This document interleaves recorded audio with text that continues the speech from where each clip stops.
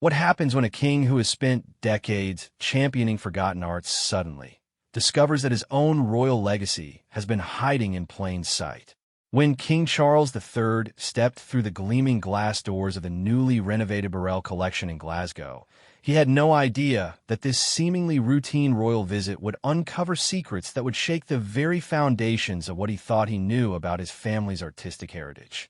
In the heart of Scotland, surrounded by priceless artifacts that had been locked away for decades, the king was about to embark on a journey that would challenge everything he believed about duty, passion, and the true meaning of preserving culture for future generations. This wasn't just another ribbon-cutting ceremony or polite museum tour. This was the moment when Charles would come face to face with the ghost of a Victorian shipping magnate whose obsession with beauty would mirror his own, and whose collection would reveal truths that had been buried for over a century. The renovated Burrell collection wasn't just showcasing art anymore. It was about to showcase the soul of a king who thought he knew himself completely, until he discovered that some stories can only be told through the silent language of ancient treasures and forgotten masterpieces. The morning mist clung to Glasgow's Pollock Country Park like a velvet curtain waiting to be drawn back. King Charles III sat quietly in the back of his official car, watching the Scottish landscape roll past the tinted windows. His fingers drummed against the leather seat, not from nervousness but from anticipation. Today was different from his usual royal engagements. Today, he wasn't just fulfilling a duty. He was returning to something that had been calling to him for months. The Burrell collection had reopened after a massive renovation project that had taken nearly 6 years to complete. When Charles had first heard about the closure back in 2016, he had felt a strange sense of loss. The collection, housed in its purpose-built gallery since 1983, had always been special to him. Sir William Burrell, the Victorian shipping magnate who had assembled this extraordinary collection of art and artifacts, had been a man after Charles's own heart. Someone who understood that preserving beauty wasn't just about ownership. It was about stewardship for future generations. As the car approached the museum, Charles could see the transformation immediately. The building seemed to glow in the soft morning light, its glass walls reflecting the surrounding parkland like mirrors. The renovation had been more than just a facelift. It was a complete reimagining of how art should be experienced, how stories should be told, and how the past could speak to the present. Detective Chief Inspector Sarah Morrison had been assigned as his security liaison for the day, though her role went far beyond simple protection. She had spent weeks studying every inch of the renovated space, every new display case, every updated security system. But as she watched the king's face through the car window, she realized that this visit meant something more personal to him than anyone had anticipated. The car pulled up to the main entrance, where a small group of officials waited. Charles recognized Dr. Judith Bumpus, the director of Glasgow Museums, and several members of the renovation team. But his attention was immediately drawn to someone else entirely.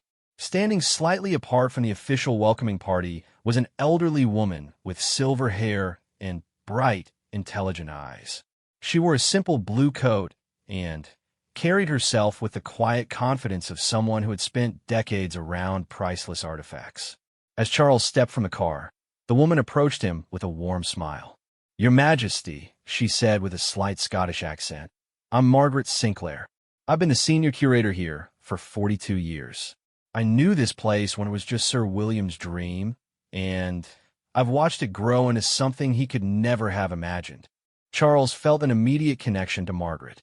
There was something in her manner, the way she spoke about Sir William as if he were still present, that reminded him of his own relationship with history. 42 years, he mused, shaking her hand warmly. "You must have seen extraordinary changes." "Indeed, Your Majesty. But the most extraordinary change is happening today. The collection has found its voice again, and I believe Sir William will be proud of what we've accomplished." As they walked toward the entrance, Charles noticed how the building seemed to breathe differently now. The original structure, designed by architect Barry Gasson, had been impressive but somehow contained. Now, after the renovation led by John McAslan and partners, the space felt alive. Light flowed through the galleries in ways that seemed almost magical, illuminating artifacts that had been hidden in shadows for decades. Margaret led him through the main entrance, past the information desk where young volunteers smiled nervously as they recognized their royal visitor. The renovation wasn't just about creating more space, Your Majesty, she explained as they walked. It was about creating the right kind of space. Sir William's collection deserves to be seen in its full glory, not tucked away in corners where only the most dedicated visitors could find it. Charles paused at the first major display case, which housed a collection of medieval manuscripts. The lighting was perfect, revealing details in the illuminated letters that he had never noticed during his previous visits. "This is remarkable," he said, leaning closer to examine a book of hours from the 14th century. "The gold leaf still gleams as if it were applied yesterday." "That's the beauty of proper conservation and display," Margaret replied. Sir William understood that these objects were meant to be experienced, not just preserved. He wanted people to feel the same wonder he felt when he first encountered them. As they moved deeper into the gallery, Charles began to understand the true scope of the renovation. This wasn't simply a matter of new paint and better lighting.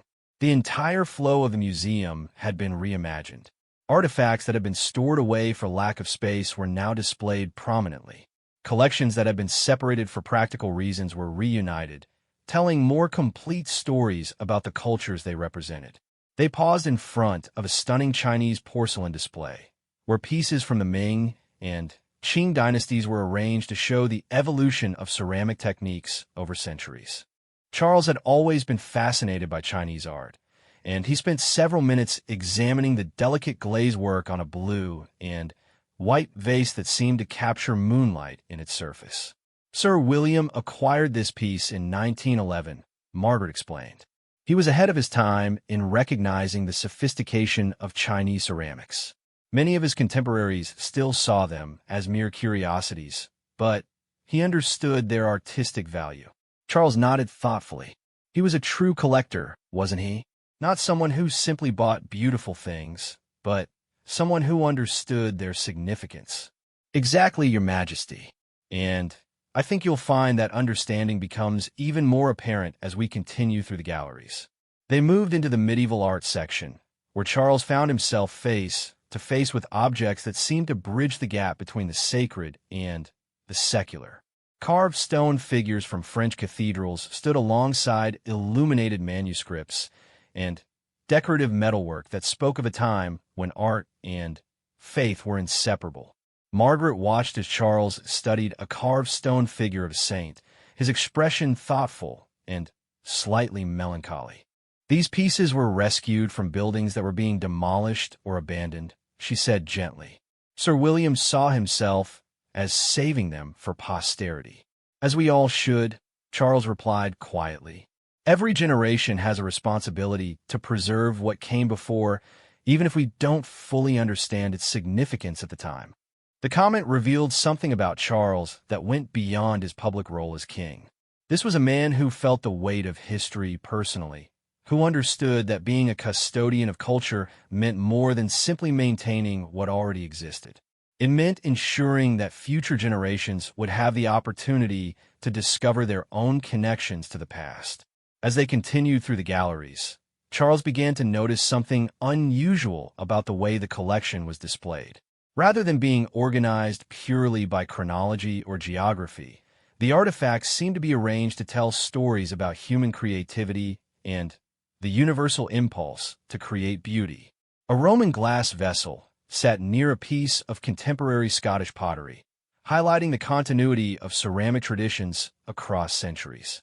"This is brilliant," Charles said, stopping in front of a display that combined ancient Egyptian artifacts with medieval European pieces. "You're showing connections that might not be obvious to the casual visitor." Margaret smiled with obvious pride. That was Dr. Bumpus's vision. She wanted the collection to speak to contemporary audiences, to show them that art has always been a universal language. They were interrupted by the arrival of Dr. Bumpus herself, who approached with an apologetic expression. "Your Majesty, I'm sorry to interrupt, but We have a small situation that requires your attention." Charles raised an eyebrow. "What sort of situation?" "There's been a discovery during the renovation. Something we found hidden behind a false wall in the storage area. We think Sir William may have concealed it deliberately, and we're not sure how to proceed." Margaret's eyes widened with surprise. "Hidden? After all these years?" Dr. Bumpus nodded. "We found documents, Your Majesty. Letters and what appears to be a private journal. They seem to relate to acquisitions that weren't part of the official collection records." Charles felt a familiar thrill, the same feeling he got when exploring the archives at Windsor Castle or discovering forgotten correspondence in the royal collection. "Show me," he said simply. As they made their way toward the conservation laboratory, Charles couldn't shake the feeling that this discovery was more than mere coincidence. He had come to the Burrell collection expecting a pleasant morning viewing updated displays. Instead, he was being drawn into a mystery that might reveal new facets of a man he had long admired. The conservation lab was a world unto itself, filled with the quiet hum of climate control systems and the soft glow of specialized lighting. Conservators worked at pristine white tables, their movements precise and deliberate as they tended to artifacts that had survived for centuries. Dr. Catherine Reynolds, the head conservator, looked up as they entered. She was a woman in her 50s with the steady hands and patient demeanor that her profession required. "Your Majesty," she said, setting down her tools and removing her gloves. "We've been working to stabilize the documents since we found them 3 days ago." She led them to a separate room where the discovered items were laid out on a specially designed examination table. Charles could see immediately that these weren't simply misplaced administrative records. The papers were of high quality, and the handwriting was clearly that of someone educated and careful about their words. The journal entries spanned several years, Dr. Reynolds explained, from 1920 to 1925. They appear to be Sir William's private thoughts about certain acquisitions. But there are also letters from individuals we can't identify, discussing objects that don't appear in any of our official records. Charles leaned closer to examine the documents. Even from a brief glance, he could see that these writings revealed a more complex picture of Sir William Burrell than the official history suggested. There were references to difficult circumstances and sensitive origins that hinted at acquisitions that may have been controversial even by the standards of the early 20th century. Margaret peered over Charles's shoulder, her expression troubled. "In 42 years, I never suspected anything like this existed." "Sir William was a private man," Dr. Bumpus said carefully. "Perhaps he felt these matters were too delicate to include in his official records." Charles straightened up, his mind already working through the implications of the discovery. As someone who had spent his life navigating the complexities of public service while maintaining personal integrity, he understood the burden that Sir William might have felt. Sometimes the right thing to do wasn't always the simple thing to do. "Have you been able to identify any of the objects mentioned in these documents?" he asked. Dr. Reynolds nodded. "Some of them. There's a Byzantine silk textile that we thought was donated anonymously in 1923. According to these papers, Sir William acquired it from a refugee family fleeing political persecution. He paid well above market value and never claimed credit for the acquisition." Charles felt a warmth spreading through his chest. This was the kind of story he had hoped to find, evidence that Sir William's collecting had been driven by more than simple acquisition. It had been an act of preservation and compassion. "And there are others," Dr. Reynolds continued. "A collection of Islamic ceramics that were rescued from a monastery that was being destroyed during political upheaval. Medieval manuscripts that were saved from private libraries being sold off by families facing financial ruin." Margaret shook her head in wonder. He was saving them. "It appears so," Charles said quietly. "But why hide the records? Why not claim credit for what were clearly acts of cultural preservation?" Dr. Bumpus considered this question carefully. Perhaps because the political climate made such acquisitions controversial. Or perhaps because Sir William felt that drawing attention to these rescues might put other objects or families at risk. Charles nodded slowly. This was beginning to make sense. Sir William hadn't just been a collector. He had been a custodian in the truest sense, protecting objects and honoring the people who had been forced to part with their treasures. As they continued to examine the documents, Charles found himself thinking about his own role as a guardian of cultural heritage. The challenges facing Sir William in the 1920s weren't so different from those facing cultural institutions today. Political upheaval, economic uncertainty, and the constant threat that irreplaceable objects might be lost forever. The morning was advancing, and Charles knew that there were other parts of the collection waiting to be explored.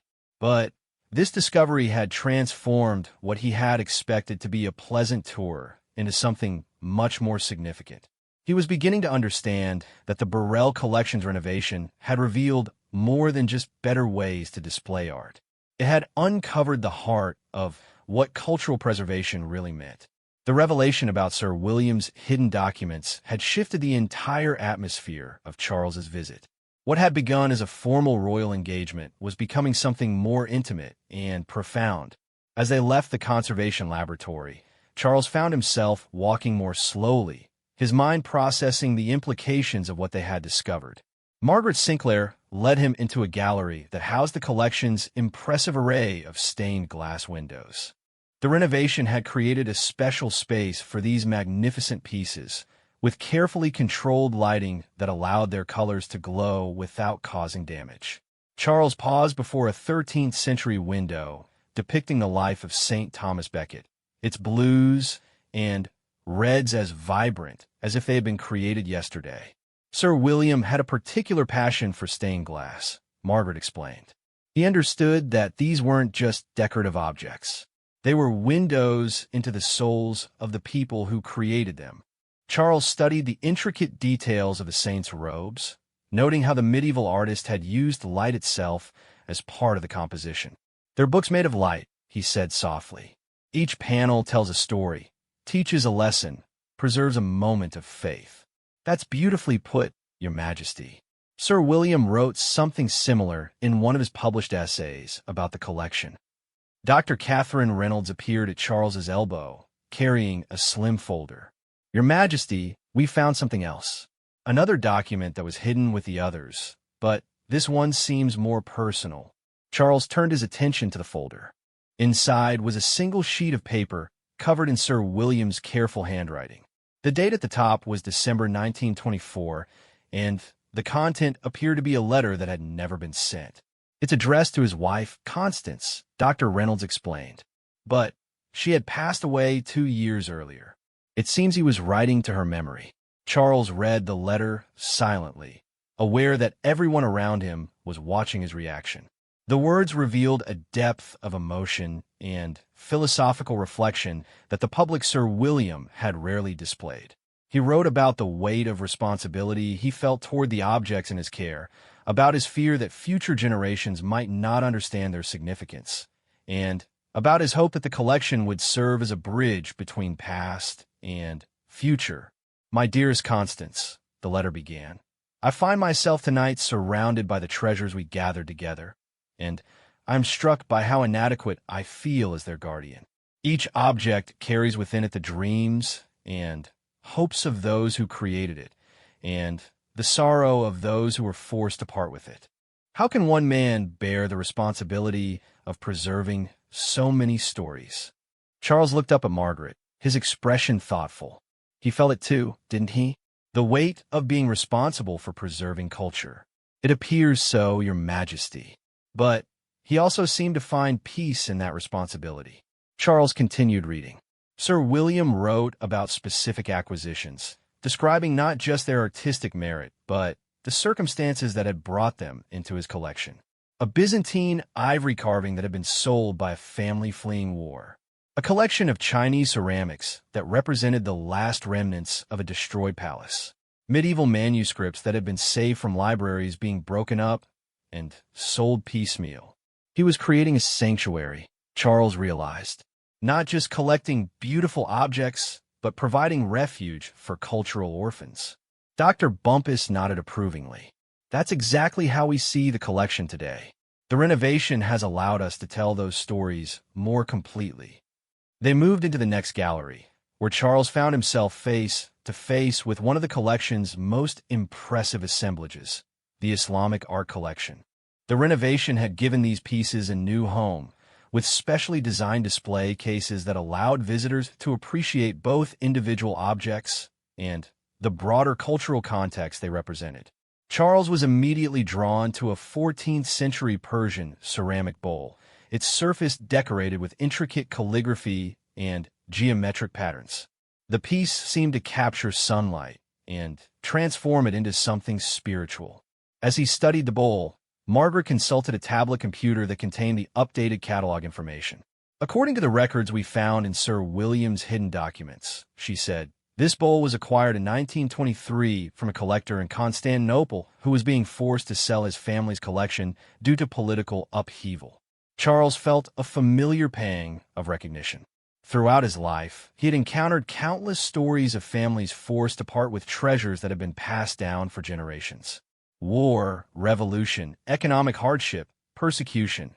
These forces had scattered cultural artifacts across the globe, far from their original homes. What happened to the family? He asked. Margaret consulted her notes. Sir William's journal mentions that he provided enough money for them to relocate to London and establish a new life. He wrote that he considered himself not the owner of their collection, but its temporary custodian until such time as they or their descendants might want it back. Charles was struck by this detail. It revealed a level of ethical consideration that was remarkable for any era, but particularly impressive for the early 20th century. Did anyone ever come back for these pieces? Not that we know of, Your Majesty, but Sir William left instructions that if any family members ever made contact, the objects should be returned without question. They continued through the Islamic art gallery, where Charles encountered objects that spanned centuries and continents. A brass incense burner from Mamluk, Egypt, sat near a silk textile from Safavid, Persia, creating a visual dialogue between different Islamic artistic traditions. The renovation had made it possible to display these pieces in ways that revealed their interconnectedness while respecting their individual significance. Dr. Bumpus joined them as they paused before a display of medieval Islamic manuscripts. The renovation allowed us to create proper environmental controls for these pieces, she explained. Some of them haven't been displayed in decades because we couldn't guarantee their preservation. Charles leaned closer to examine an illuminated Quran from 13th century Spain.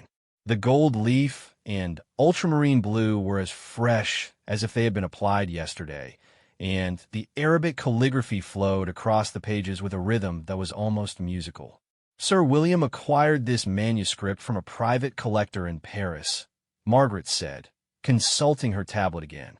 According to his hidden records, it had been in the same family for over 300 years. They were forced to sell it during the Spanish Civil War. Charles felt the weight of that history.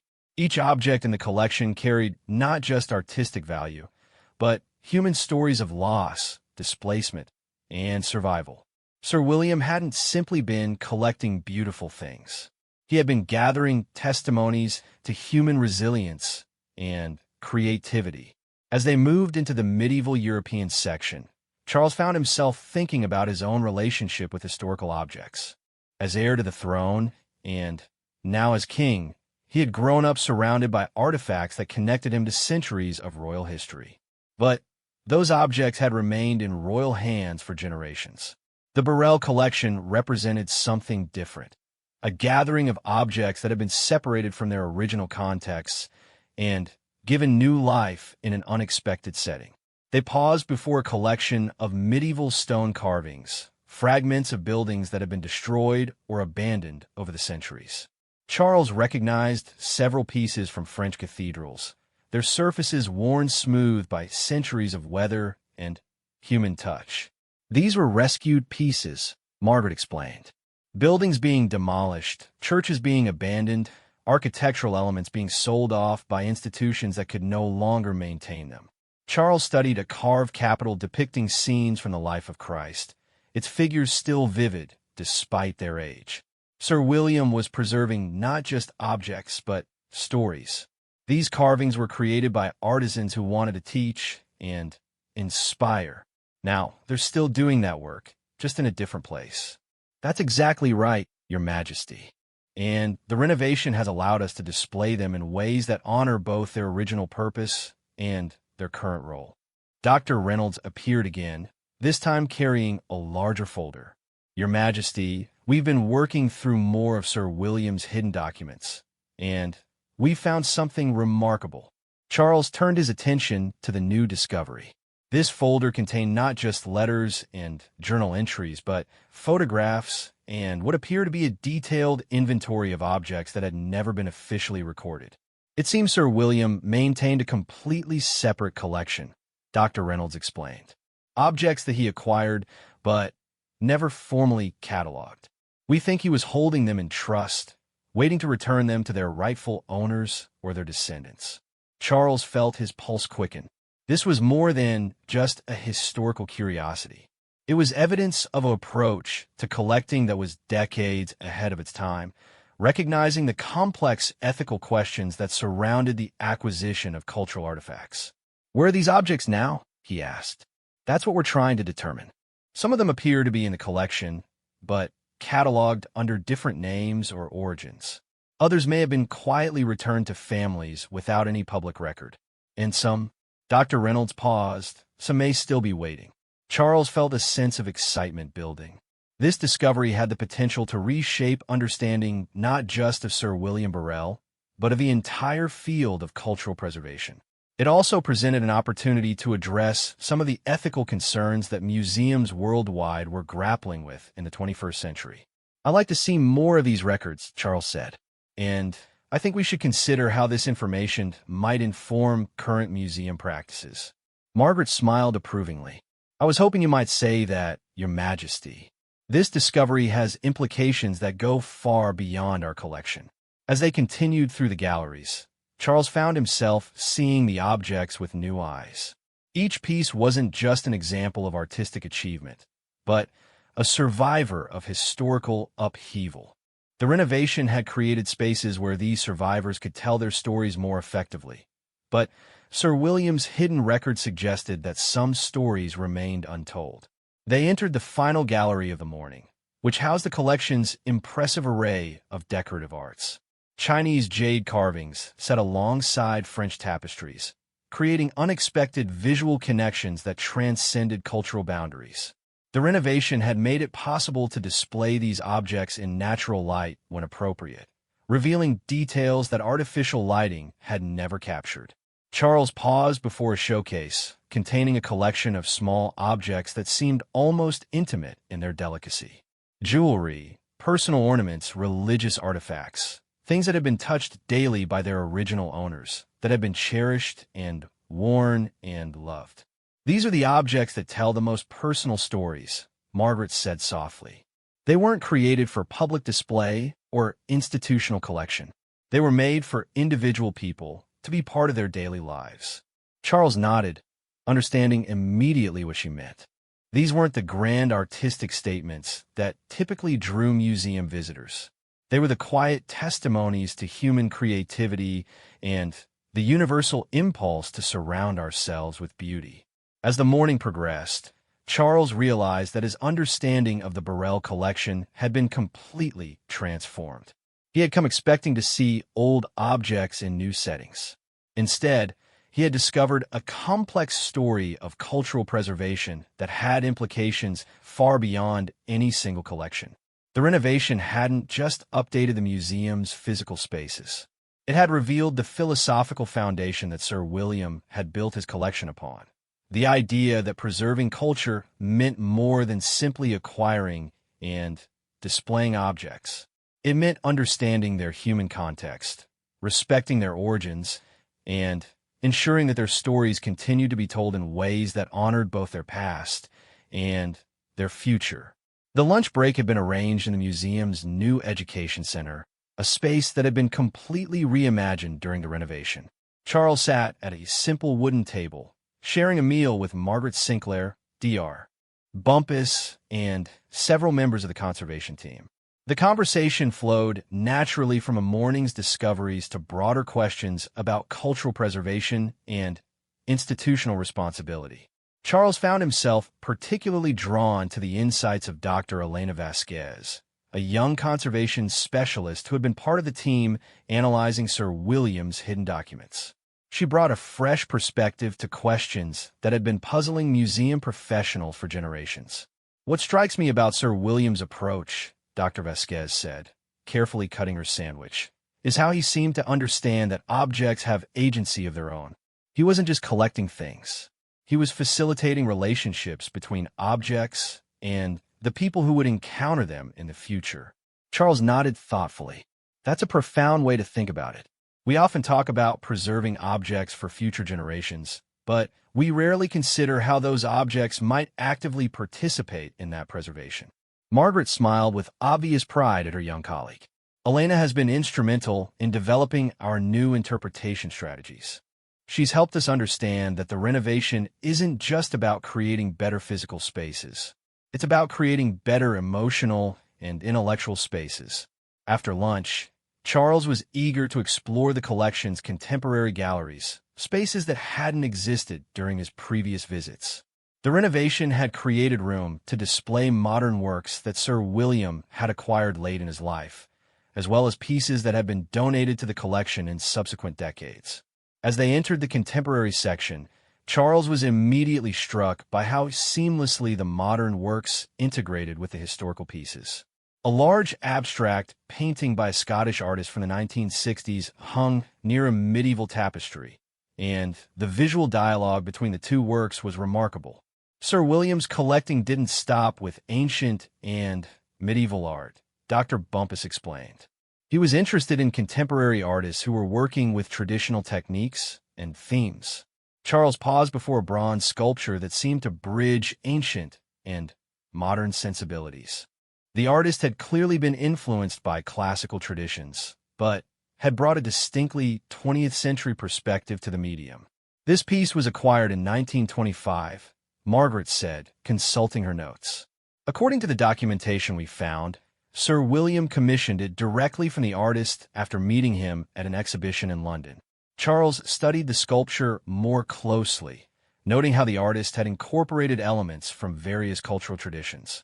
There were echoes of Greek and Roman statuary, but also influences from African and Asian art. It was a truly global vision, executed with technical mastery and cultural sensitivity.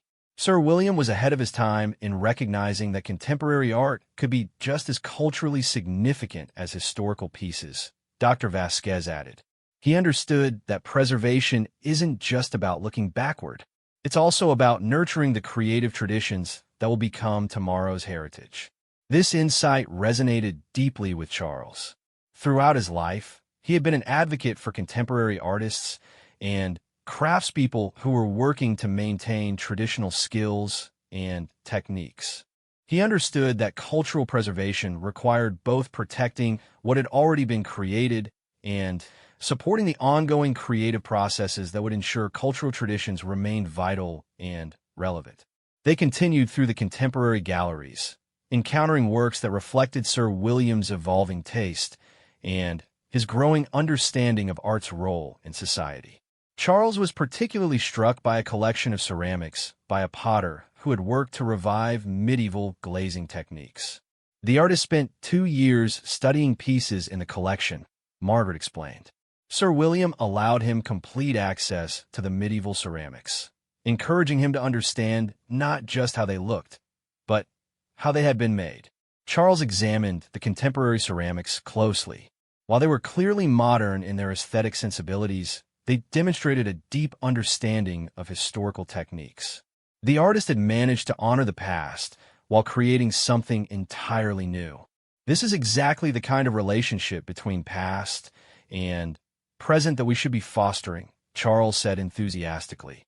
Sir William wasn't just preserving dead artifacts. He was keeping living traditions alive.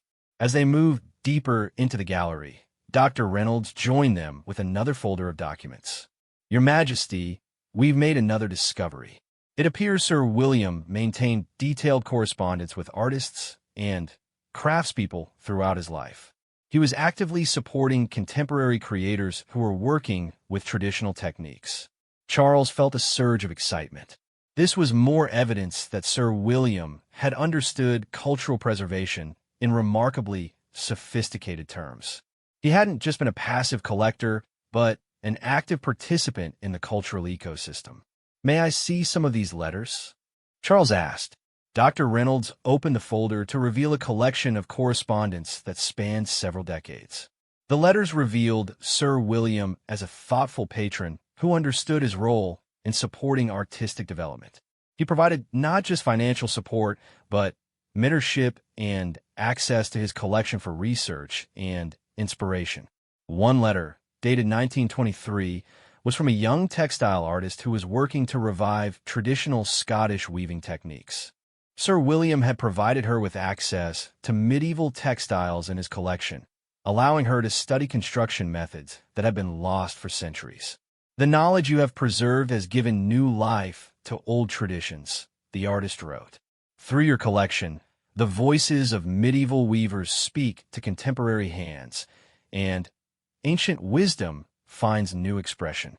Charles was moved by the artist's words. This was exactly the kind of cultural continuity he had spent his life trying to foster. "Do we know what happened to this artist's work?" Margaret smiled. "We do indeed. Some of her pieces are in the contemporary collection, and her students continue her work today. In a very real sense, Sir William's preservation efforts have had a lasting impact on living artistic traditions. They continued through the contemporary galleries, where Charles encountered numerous examples of this kind of cultural continuity. A collection of modern stained glass windows created by artists who had studied medieval techniques. Contemporary metalwork that incorporated designs inspired by Viking and Celtic artifacts. Modern ceramics that used glazing methods derived from Chinese and Islamic traditions. The renovation allowed us to display these connections more explicitly, Dr. Bumpus explained. "We can now show visitors how historical techniques continue to inspire contemporary artists." Charles was fascinated by a large tapestry that had been created in the 1960s by an artist who had studied medieval examples in the collection. The contemporary work used traditional weaving techniques to create a distinctly modern composition, demonstrating how historical knowledge could be applied to contemporary artistic expression. "This is remarkable work," Charles said, examining the intricate details of the weaving. "The artist has clearly mastered historical techniques while creating something entirely new." Dr. Vasquez nodded enthusiastically. The artist spent 3 years studying medieval tapestries, not just their visual appearance, but their construction methods. She wanted to understand how the original weavers thought about their craft. As they continued through the gallery, Charles found himself thinking about his own efforts to support traditional crafts and contemporary artists. The Burrell collection provided a powerful model for how cultural institutions could serve not just as repositories for the past, but as catalysts for ongoing creative activity. They paused before a display case containing a collection of contemporary jewelry that had been inspired by medieval and ancient examples in the collection.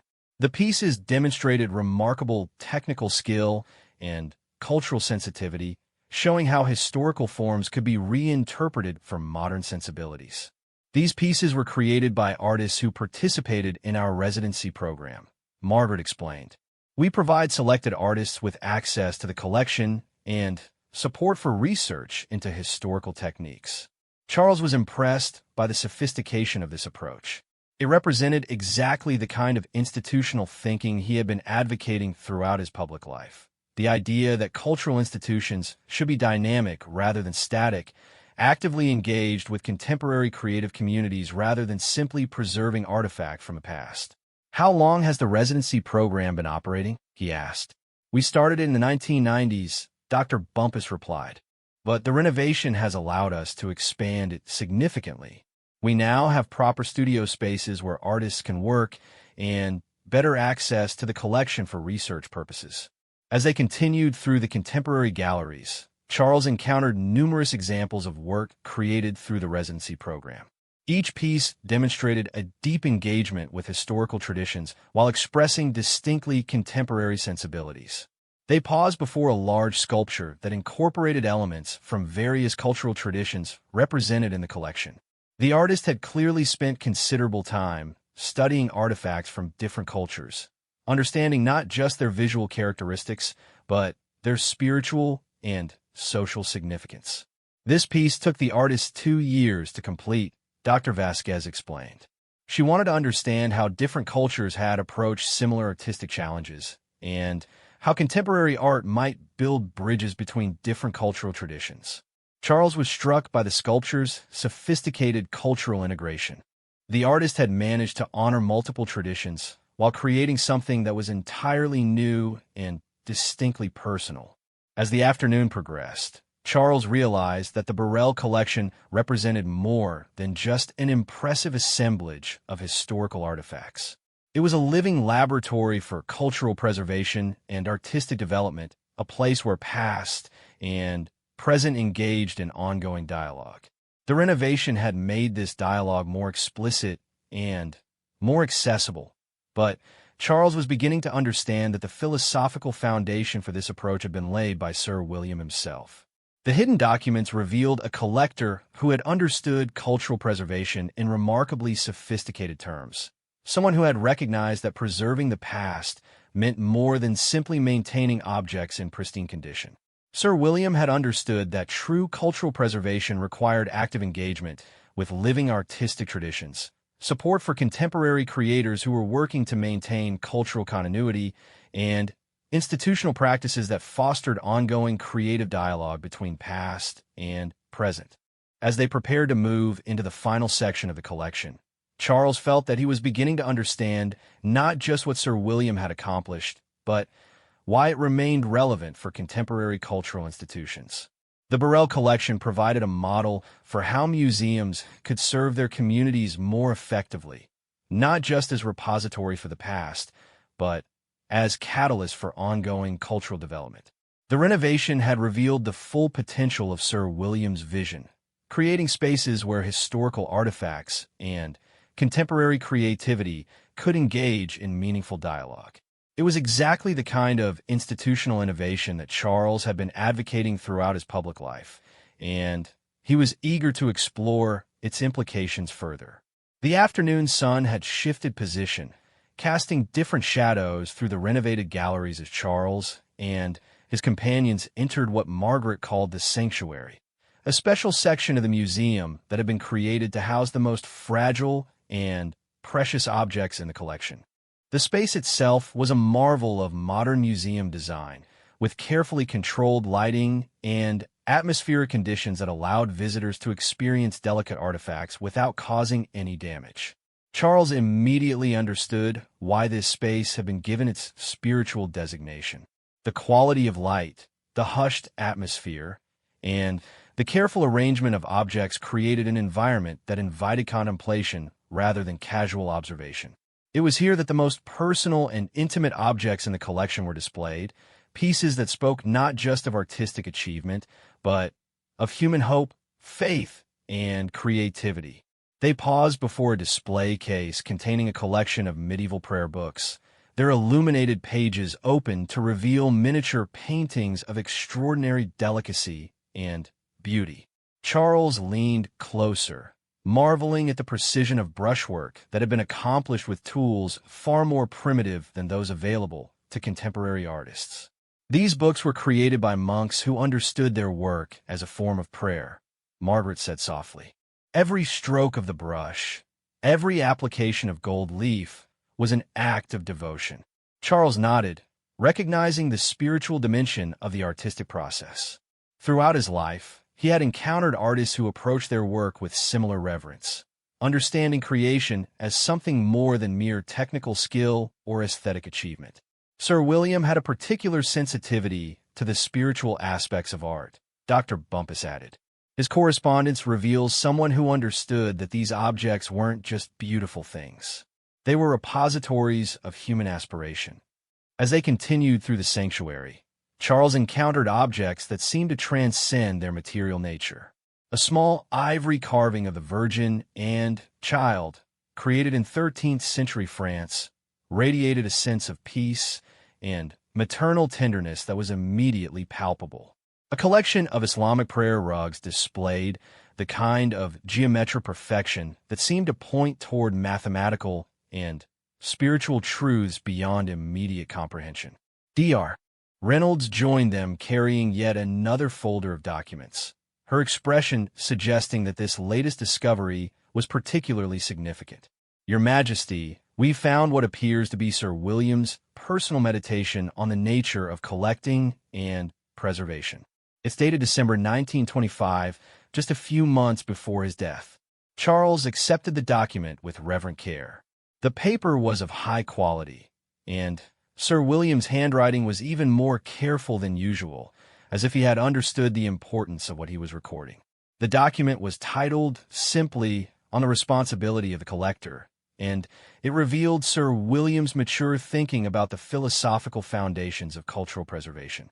He wrote about the humility required to serve as a temporary custodian of objects that had outlived their creators and would outlive their current guardians. The collector, Sir William had written, must understand that he is not the owner of these objects, but merely their temporary guardian. His responsibility is not to possess them, but to ensure that they continue to fulfill their purpose, to inspire, to educate, to connect human beings across the boundaries of time and culture. Charles looked up from the document, his expression thoughtful. He understood something that many collectors of his era missed completely. These objects don't belong to us. We belong to them, in a sense. Margaret nodded appreciatively. That's exactly the philosophy that has guided our approach to the renovation. We're not just displaying Sir William's collection. We're continuing his work as cultural stewards. As they continued through the sanctuary, Charles found himself reflecting on his own role as guardian of the royal collection. The responsibilities weren't dissimilar, caring for objects that connected present to past, ensuring that cultural treasures remained accessible to future generations, and understanding that ownership was less important than stewardship. They paused before a display containing what was perhaps the most precious single object in the collection, a small medieval reliquary that had been crafted to hold sacred relics. The piece was made of gold and precious stones, but its true value lay in the exquisite craftsmanship and the spiritual significance it had held for its original owners. This piece has an extraordinary history, Margaret explained. According to Sir William's records, it was owned by a family for over 400 years. They were forced to sell it during political upheaval in Eastern Europe, and Sir William acquired it through an intermediary in Vienna. Charles studied the reliquary closely, noting the delicate enamel work and the precision of the gold filigree. But beyond its technical mastery, he could sense the spiritual investment that had gone into its creation and preservation. Sir William's hidden records tell us more about this piece, Dr. Reynolds added, consulting her notes. He maintained correspondence with descendants of the original family for over a decade, keeping them informed about the reliquary's condition and promising that it would be returned if they ever wished to reclaim it. Charles felt a deep respect for Sir William's approach. In an era when many collectors felt entitled to their acquisitions regardless of the circumstances surrounding them, Sir William had maintained a sense of moral responsibility that was remarkable for its time. Did the family ever ask for its return? Charles inquired. No, Your Majesty, but Sir William's will included provisions for repatriation of objects to their original owners or their descendants, regardless of how much time had passed. As they continued through the sanctuary, Charles encountered numerous objects that carried similar stories of cultural displacement and preservation. Each piece represented not just artistic achievement, but human stories of loss, survival, and hope. They paused before a collection of Chinese jade carvings that had been acquired from a collector fleeing political persecution. The pieces demonstrated extraordinary technical skill, with some of the carvings so delicate that light seemed to pass through the stone itself. Sir William understood that preserving these objects meant more than simply keeping them safe, Dr. Vasquez explained. It meant maintaining their cultural context and ensuring that their stories continued to be told. Charles nodded, recognizing the complexity of this responsibility. Cultural preservation required not just technical conservation, but ongoing interpretation that honored both the object's origins and their current circumstances. As the afternoon progressed, Charles found himself drawn into increasingly deep philosophical conversations with the museum staff. The discovery of Sir William's hidden documents had revealed an approach to collecting that was decades ahead of its time, and the implications for contemporary museum practice were significant. What Sir William accomplished was remarkably sophisticated, Dr. Bumpus observed as they gathered in a small sitting area within the sanctuary. He created a collection that functioned not just as an assemblage of beautiful objects, but as a refuge for cultural displaced persons. Charles appreciated this metaphor. Throughout his life, he had encountered refugees and displaced persons, understanding the trauma associated with being separated from one's cultural context. Sir William had provided sanctuary not just for objects, but for the cultural stories they represented. The renovation has allowed us to tell those stories more completely, Margaret added. We can now provide visitors with a historical context that makes these objects meaningful, not just beautiful. Charles was particularly interested in how the museum planned to handle the discoveries about Sir William's approach to acquisition and repatriation. These revelations had the potential to inform contemporary debates about cultural property and institutional responsibility. Have you considered reaching out to descendant communities that might be connected to objects in the collection? He asked. Dr. Bumpus smiled. We've already begun that process. We're working with cultural organizations around the world to identify objects that might be of particular significance to specific communities. The goal isn't necessarily repatriation, though that's certainly possible in appropriate cases. The goal is ensuring that these objects continue to serve their cultural purposes. Charles found this approach both practical and ethically sophisticated. Rather than taking a defensive posture about the collection's origins, the museum was proactively engaging with questions of cultural ownership and responsibility. As they continued their conversation, Dr. Reynolds brought out additional documents that revealed more about Sir William's thinking during his final years. His correspondence showed a man who was deeply aware of the moral complexities surrounding cultural preservation, someone who had developed sophisticated strategies for managing those complexities with integrity. In his final letters, Sir William wrote about his hope that the collection would serve as a model for future cultural institutions, Dr. Reynolds explained. He wanted to demonstrate that collecting could be done ethically, with respect for the object's origins and the people who had been forced apart with them. Charles was struck by the prescience of Sir William's vision. The issues that had concerned him in the 1920s remained relevant for cultural institutions in the 21st century, but his approach to addressing those issues provided a valuable framework for contemporary practice. As the day progressed, Charles realized that his understanding of both Sir William Burrell and the nature of cultural preservation had been fundamentally transformed. He had come to the museum expecting to see historical objects in updated displays. Instead, he had discovered a sophisticated philosophy of cultural stewardship that had implications far beyond any single collection. The renovation had revealed not just better ways to display objects, but better ways to think about the responsibilities that came with cultural preservation.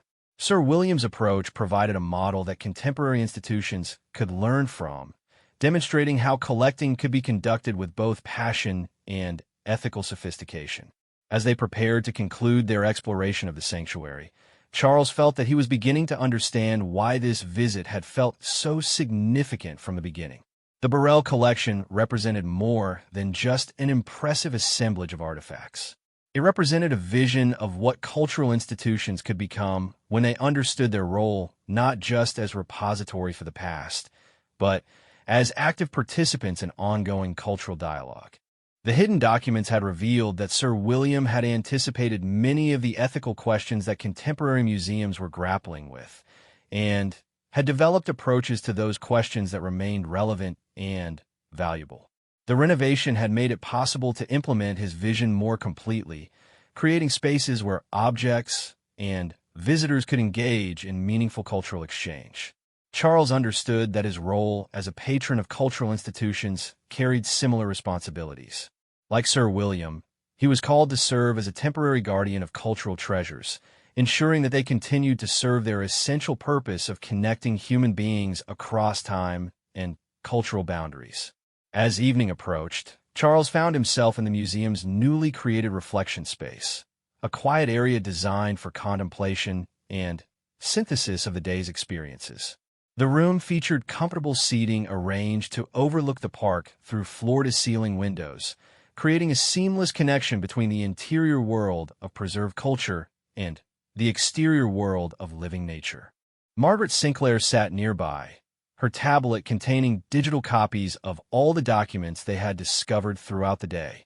The weight of these revelations was still settling in, and Charles could see that the museum staff was beginning to understand the full implications of what they had uncovered. In 42 years of working with this collection, Margaret said quietly, "I thought I knew Sir William Burrell. Today, I've discovered that he was far more complex and visionary than any of us realized." Charles nodded thoughtfully. The day had transformed his understanding not just of Sir William, but of the entire enterprise of cultural preservation. The hidden documents had revealed a collector who had grappled seriously with questions that many of his contemporaries had never considered. Dr. Bumpus joined them, carrying a cup of tea and wearing the slightly exhausted expression of someone who had spent the day processing significant new information. "Your Majesty, we need to discuss how to handle these discoveries responsibly. The information we've found could reshape understanding of early 20th century collecting practices." Charles appreciated her caution. Throughout his life, he had learned that significant discoveries required careful consideration of their implications for all stakeholders involved. "What are your primary concerns?" "Several things," Dr. Bumpus replied, settling into a chair. "First, we need to verify the authenticity of all the documents. Second, we need to research the claims Sir William made about specific acquisitions. And third, we need to consider how this information might affect our relationships with source communities and descendant populations." Dr. Reynolds appeared in the doorway, carrying the final folder of documents they had discovered. "Your Majesty, there's one more document that I think you should see. It appears to be Sir William's final statement about the collection, written just weeks before his death." Charles accepted the document with the reverence it deserved. The paper was slightly different from the others, suggesting that Sir William had taken special care in its preparation. The handwriting was more deliberate, as if he had understood that these might be his final words about his life's work. The document was titled "A Letter to Future Guardians," and it read like a philosophical testament. Sir William had written about his hopes for the collection's future, his concerns about cultural preservation in an increasingly unstable world, and his vision of what museums might become if they embraced their full potential as cultural institutions.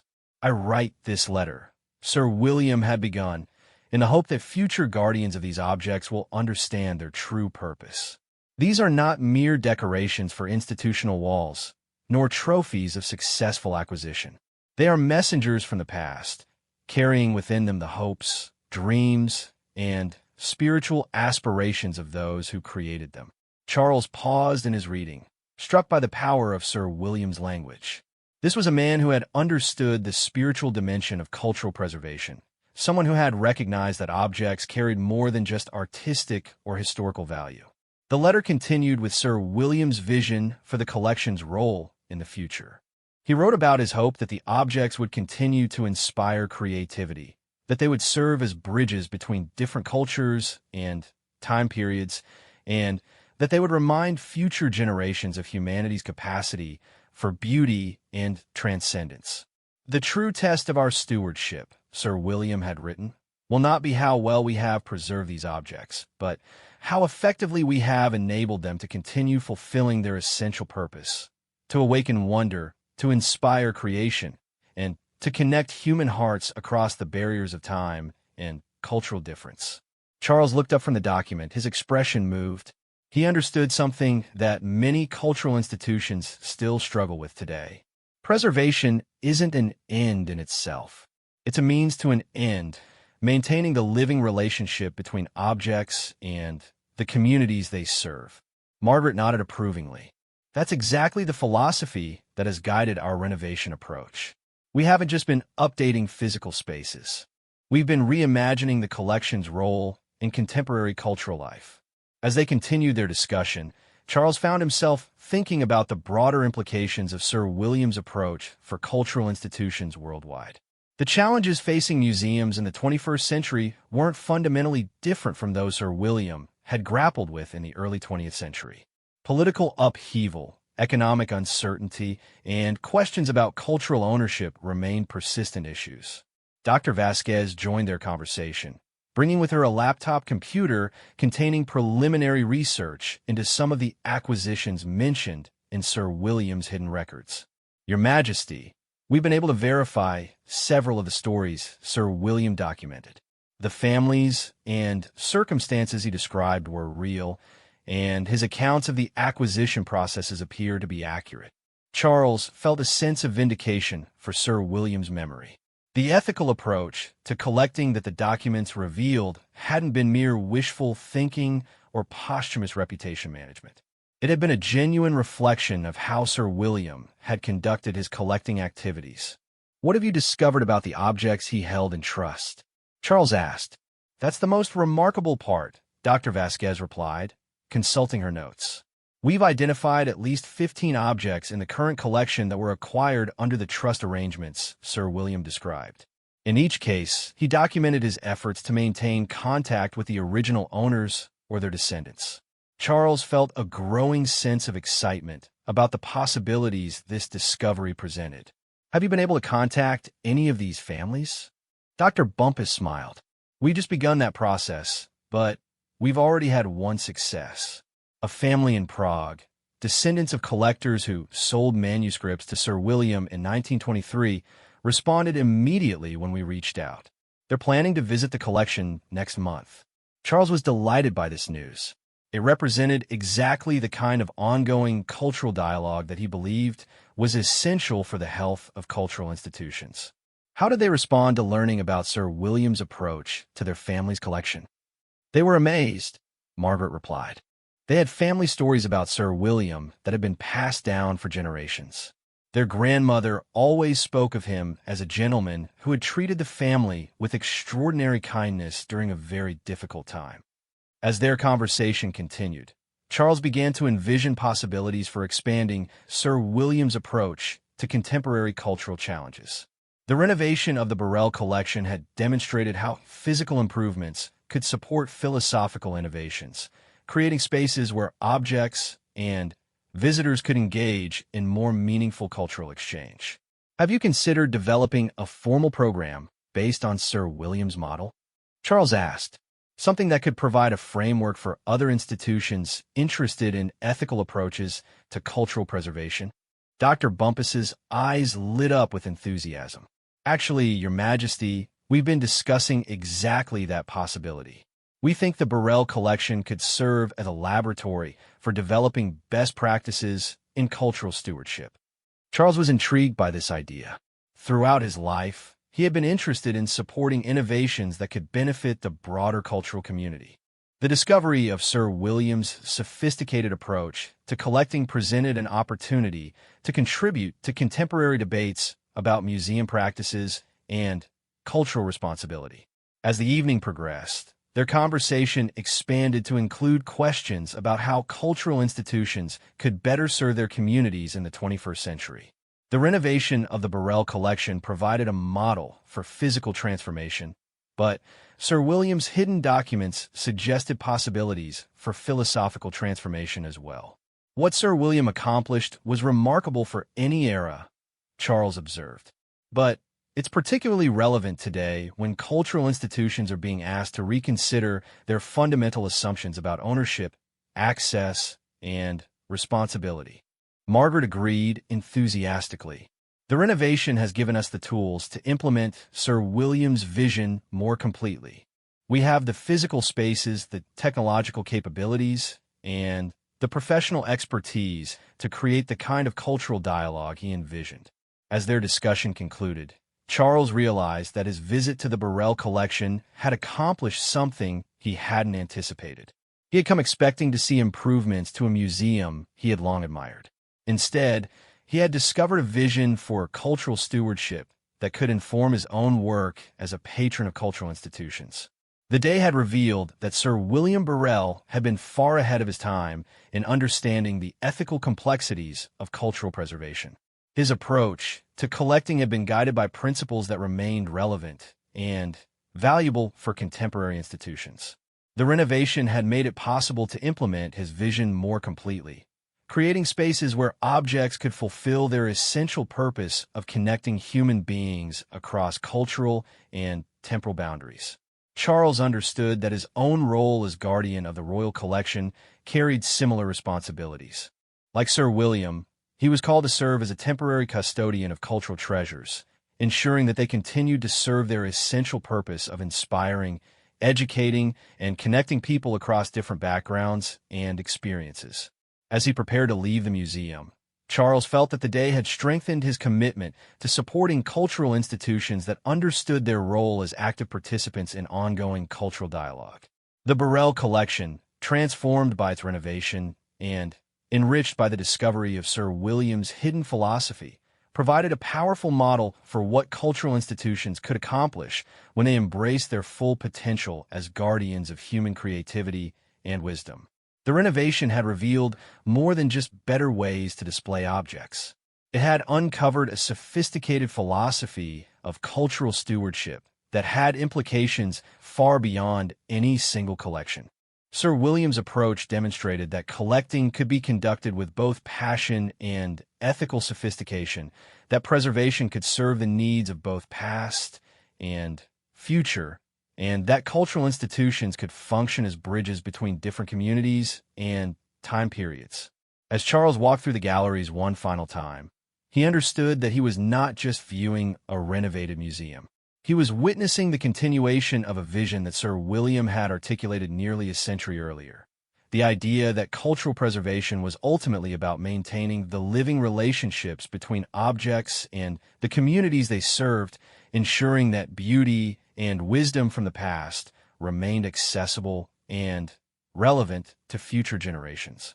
The Burrell collection had been transformed by its renovation, but more importantly, it had been revealed as a model for cultural stewardship that could inspire and inform institutions worldwide.